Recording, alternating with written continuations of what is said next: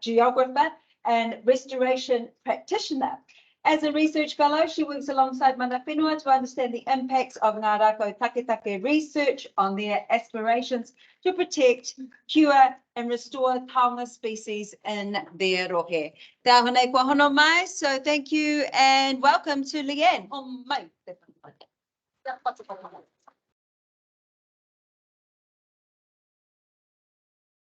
Kia ora everyone. Hope you can hear me and see me, I think. Yep, we can see you. Oh, cool. Yeah, apologise for not being there today. Yeah, the weather was pretty bad and yeah, we're still flooded in and cut off from getting up to use. And Karen passes on her apologies as well. So we're just here to talk about the social science of Te Whakahononga, and Karen and I are social environmental geographers, and our role is to monitor the impact of Te Whakahononga. And because it's a transformational change in doing research, and particularly research of ecosystems, species and environments, that are considered taonga by mana whenua, hapu and traditional iwi.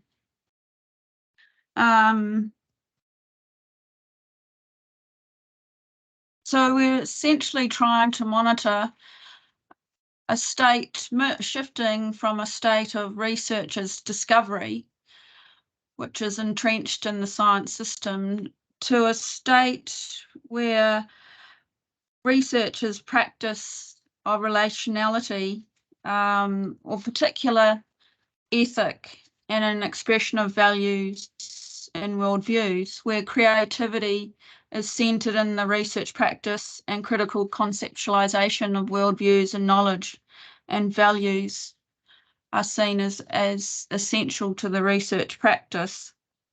Therefore, the findings of the research reflect Indigenous values, aspirations and interests regarding their taonga, such as kauri forests.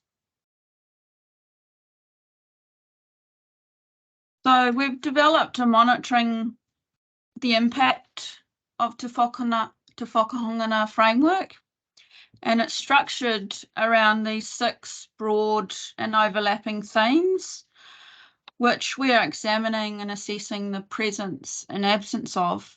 Our approach and practice has parallels with tikanga-based framing and kaupapa Māori methodologies and practices because of the shared concerns of the cultural context in which the research programs occur.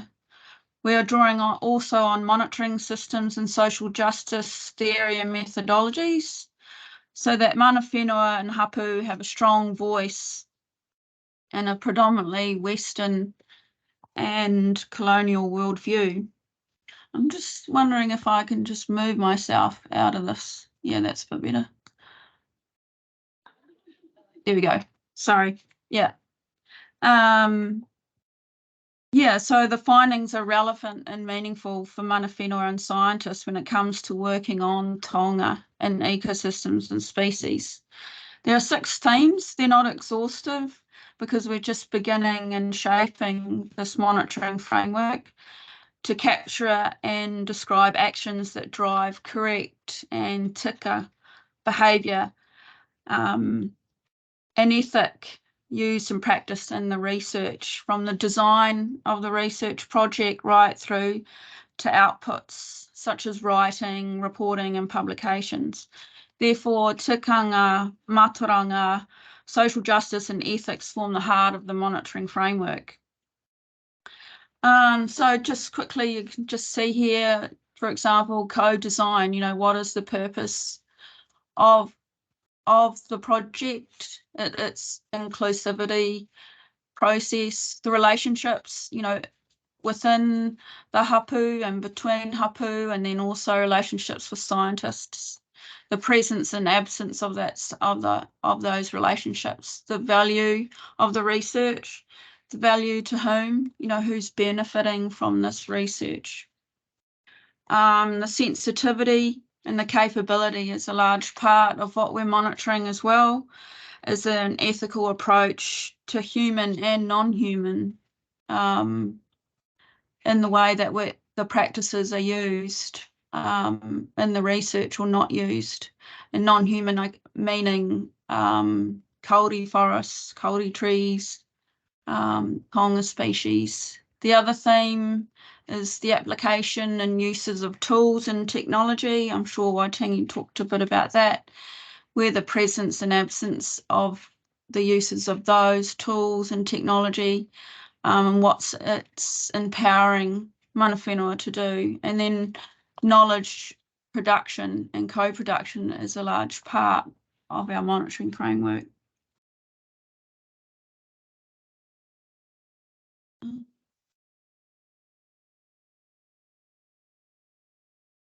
So we've been since April 2022 been following 12 mana whenua rōpū as they go about incorporating the research programs into their day-to-day kaio work. Not all got started at the same time. Some hapu have only just started in November, which is all good. Te Whakahononga has been applied, finds itself in 4 out of the 6 NRT themes, and to focus due to the shortened time frames, we're examining case studies from integrated surveillance, host, pathogen and environment, risk assessment and ecosystem impacts, such as the Maramataka Observations project, the Kauri Tipu work and the soil teabag work, which is in the risk assessment and impacts theme. Our practice and method of monitoring has ethical approval from the University of Auckland Human Ethics Committee to carry out a series of interviews with Māori co-leads and science co-leads, and to do observations of the rōpū doing their work and research. We've also developed a reporting framework that mana whenua do every quarter. We've also developed a set of indicators or measures against each of the 6 themes, which are qualitatively assessed. Such measures are not exhaustive because we are monitoring a process of change which does not have an end date. These will form the data analysis and final reporting, which will also be supported by self-reflection of how the monitoring framework went.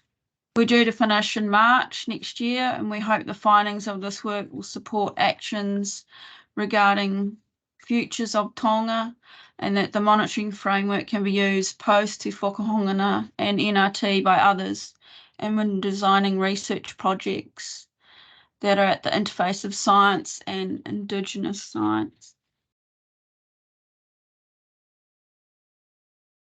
Yeah, so ngā mihi to all the biodiversity management area crew, the science co-leads and the Māori co-leads and plant and food. And I just wanted to say these are our contact details if you wanted to get in touch with us. So yeah, kia ora.